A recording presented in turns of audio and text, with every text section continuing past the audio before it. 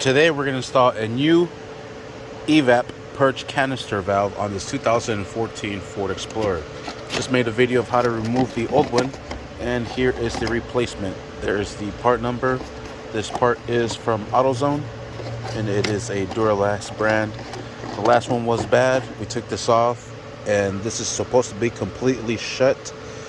It only opens when there's current flowing through it. If you're able to pass air through it, that means it's bad. This brand new one should be good.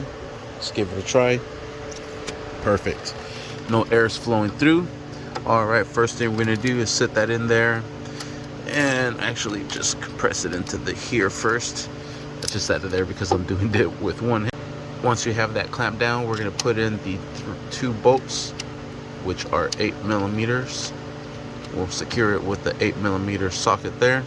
Once you have both of them secured down, we're gonna connect the pigtail right into here, and we are basically done. We're gonna put the cover back on. That just sits right up here, back down here. This one goes right in here, and then this one will go right back here. Compress that down, and you are set. Sweet. Thank you for watching. Please like and subscribe.